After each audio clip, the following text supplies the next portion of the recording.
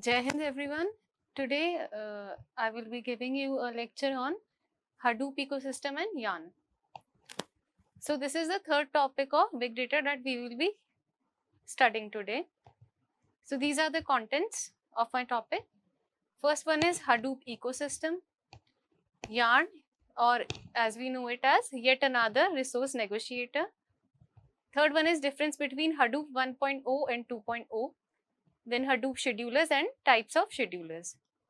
Now, what is a Hadoop ecosystem? Hadoop ecosystem is neither a programming language nor a service. It is a platform or framework which solves big data problems. Now, given below are the Hadoop components that together form a Hadoop ecosystem. HDFS, which also stands for Hadoop Distributed File System.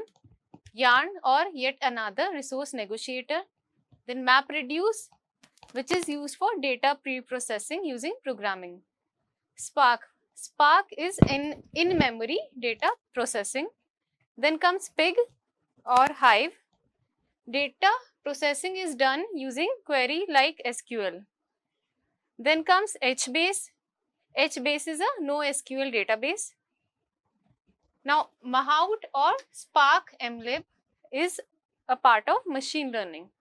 Apache Drill is SQL on Hadoop, and Zookeeper is used for managing the cluster. What about Oozie? Now, Oozie is used for job scheduling. Flume and Scoop are used for data ingesting services. Solar and Lucene are used for searching and indexing. Ambari is used for provision, monitor and maintaining cluster.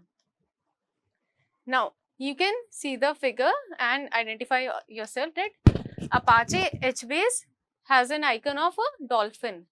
See, and Hive Analytics has an icon of a bee. Similarly, Pig scripting, which is a language used for, and it is represented by a pig here. And then there is Oozie scheduling. Now, processing is done by, this is basically the architecture. Now, processing is done by Hadoop MapReduce. Resource management will be done by Hadoop Yarn, and storage will be done by Hadoop HDFS. Ingestion is done by Scoop or Kafka. Now, Zookeeper does the coordination of all of these things. Now, Yarn. Yarn, what is Yarn? The main components of Yarn architecture include, number one, the client. It submits MapReduce jobs. The role of a client is to submit the MapReduce jobs, right? Then, another component of Yarn architecture is resource manager. It is the master daemon of Yarn and is responsible for resource assignment and management among all the applications. Whenever it receives a processing request, it forwards it to the corresponding node manager and allocates resources for the completion of the request accordingly. Now, this has two major components. Scheduler, it performs scheduling based on the allocated application and available resources. It is a pure scheduler, means it does not perform other tasks such as monitoring or tracking and does not guarantee a restart if a task fails. The Yarn scheduler supports plugins such as Capacity Scheduler and Fair Scheduler to partition the cluster resources. Application Manager, it is responsible for accepting the application and negotiating the first container from the resource manager. It also restarts the application master container whenever a task fails. So, here we learned about the main components of Yarn architecture, namely client, the role of which was to reduce MapReduce jobs. Resource management was the master daemon of Yarn. Scheduler, which was used for performing scheduling based on the allocated application and available resources. Application manager, which was responsible for accepting the application and negotiating the first container from the resource manager. Now, moving forward with the another components of Yarn. Number one is node manager. Node manager takes care of individual nodes of on Hadoop cluster and manages application and workflow and that particular node. Its primary job is to keep up with the resource manager. it registers with resource manager and sends heartbeats with the health status of the node. It monitors resource usage, performs log management, and also kills a container based on directions from the resource manager.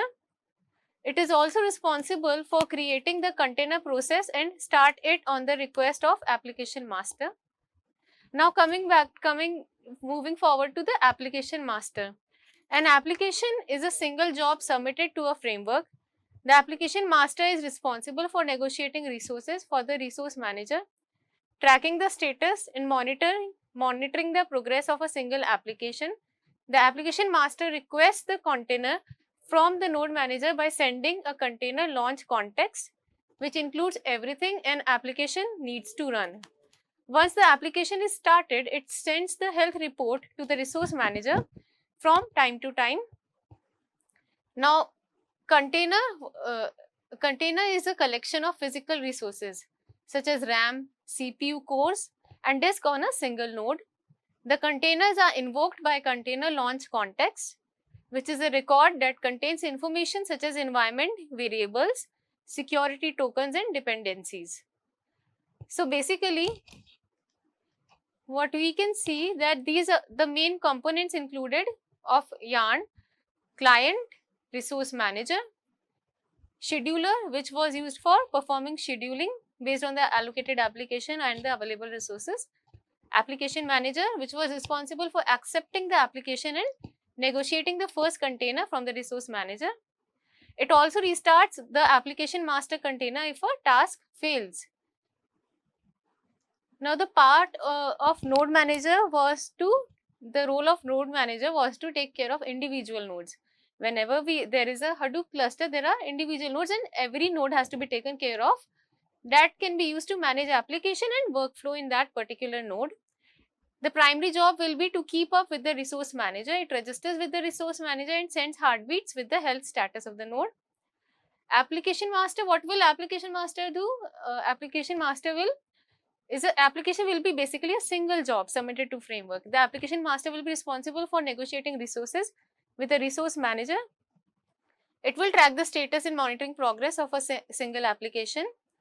The application master requests the container from the node manager by sending a container launch context, which will include everything an application needs to run. Once the application is started, it sends the health report to the resource manager from time to time. Now, container is a collection of physical resources such as RAM, CPU cores, and disk on a single node. Containers will be invoked by container launch context. It will be a record that is going to contain the information about environment variables and tokens and dependencies. Now, here in the figure, we can see that this here is the resource manager, and resource manager has both of things, scheduler and the application manager.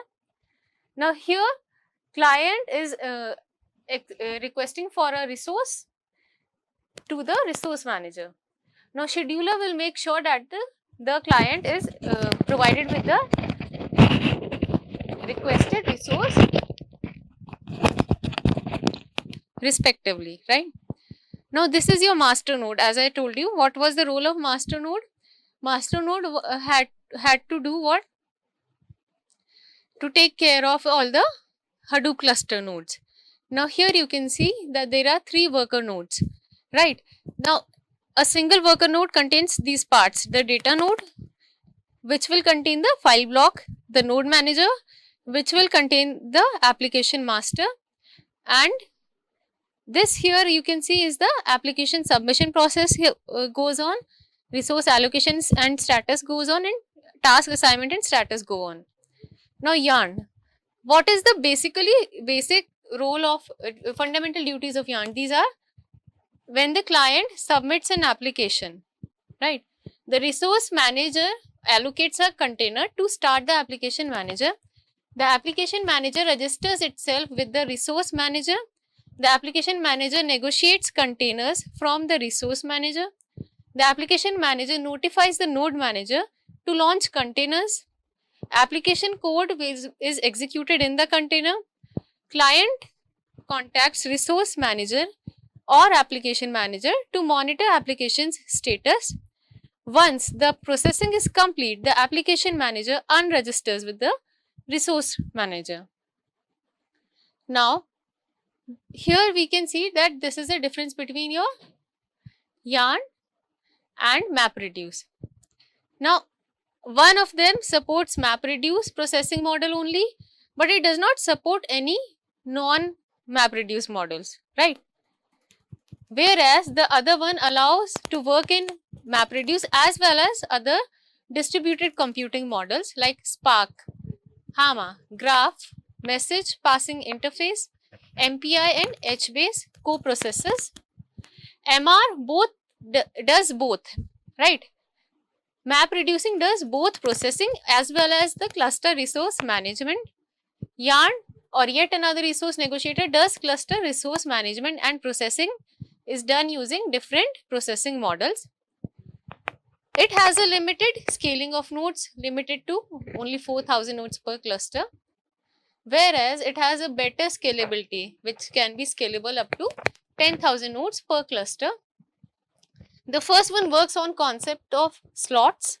Slots can be run either on a map task or a reduced task only, whereas the other one works on concepts of containers. Using containers can run generic task, a single name node to manage the entire namespace, multiple name node servers manage multiple namespaces. The first one has a single point of failure or SPOF because of single name node, and in case of name node failure needs manual intervention to overcome. The second one has feature to overcome SPOF, single point of failure, with a standby name node, and in case of name node failure it is configured for automatic recovery. Now MR API is compatible with Hadoop. A program written in Hadoop 1 executes in Hadoop 1x without any additional files, whereas MR API requires additional files for program written in Hadoop X to execute in Hadoop 2x. Now, it has a limitation to serve as a platform for event processing, streaming and real-time operations, while the other one can serve as a platform for a wide variety of data analytics possible to run event processing, streaming and real-time operations. A name node failure affects the stack. The Hadoop stack, Hive, Pig, HBase, etc. are all equipped to handle name node failures. The first one does not support Microsoft Windows. The other one has added support for Microsoft Windows. Now, here we are going to get to know about both of the Hadoop 1.0 and Hadoop 2.0. Now, Hadoop MapReduce or Hadoop 1.0 is a software framework for writing applications that process huge amounts of data, terabytes to petabytes in parallel on the large Hadoop cluster. This framework is responsible for scheduling tasks, monitoring them and re-executing the failed task. Now Hadoop 2.0, also known as Yarn, or the another word is yet another resource negotiator, is to split the functionalities of resource management and job scheduling or monitoring.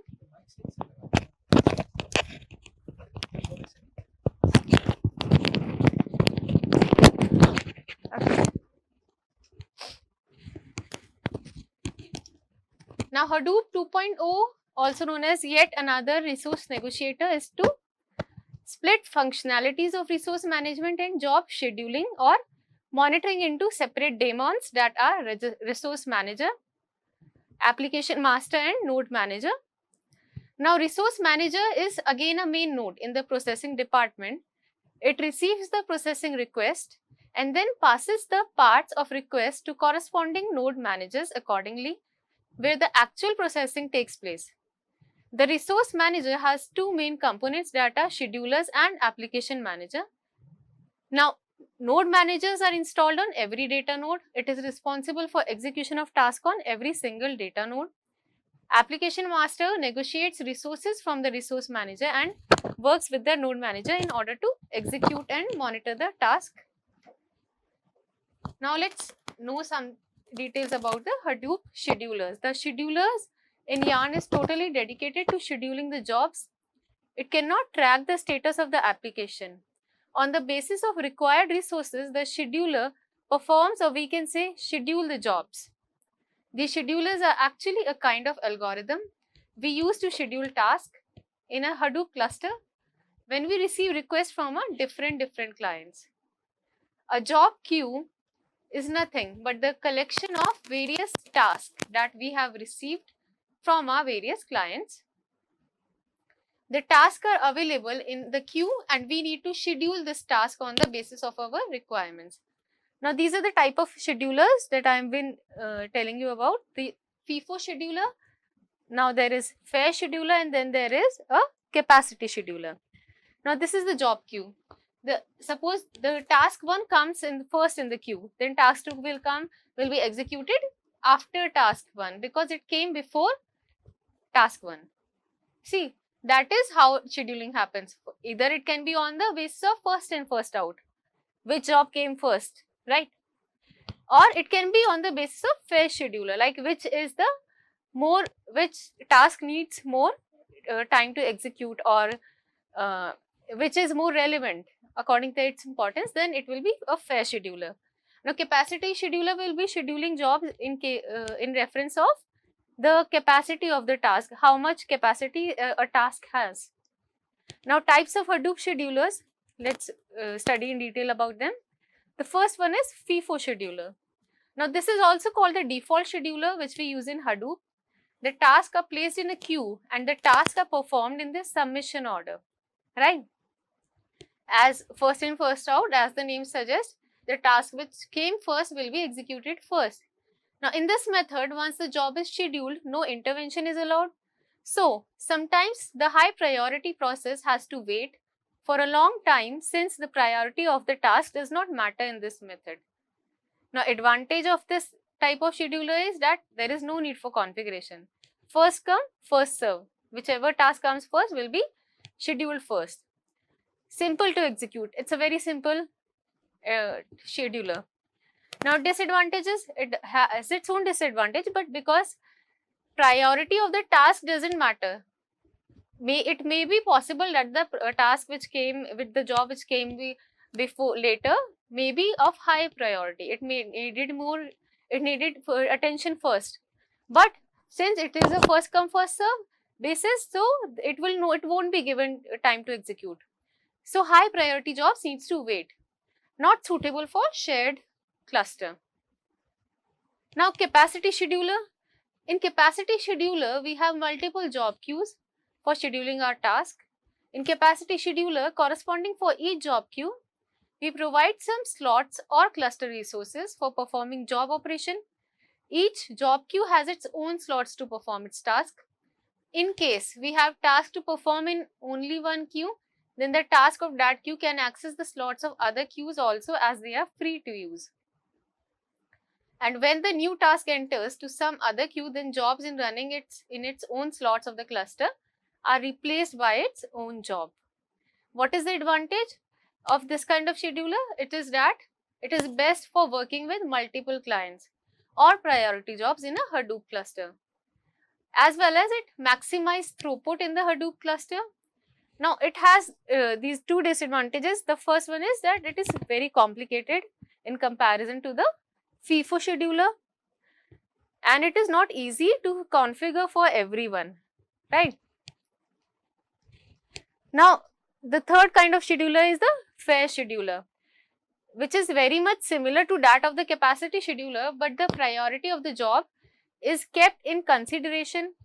In fair scheduler, whenever any high priority job arises in the same queue, the task is processed in parallel by replacing some portion from the already dedicated slots. What are the advantages? The resources assigned to each application depend upon its priority. It can limit the concurrent running task in a particular pool or queue. The disadvantage of this kind of scheduler is that the configuration is required. Now, we can go to the introduction to the Hadoop 2.0 and advantages of Hadoop 2.0 over 1.0. Following are the four main improvements in Hadoop 2.0 over Hadoop 1.x. The first one is that HDFS federation. Horizontal scalability of name node or HDFS federation provides MapReduce with the ability to start multiple HDFS namespaces in the cluster, monitor their health and failover in case of daemon or host failure. Namespaces which run on separate hosts are independent and do not require coordination with each other. Name node high availability. A name node is no longer a single point of failure. Yarn ability to process terabytes and petabytes of data available in HDFS using non-MapReduce applications such as MPI or Giraffe. Now, Resource Manager splits up the two major functionalities of overburdened job tracker into two separate daemons, a global resource manager and per application master. In the next lecture, we will study about these topics, HDFS federation and name node high availability. Until then, if you have any questions, you can ask them in the comment section. And that will be all for today. Thank you very much, students.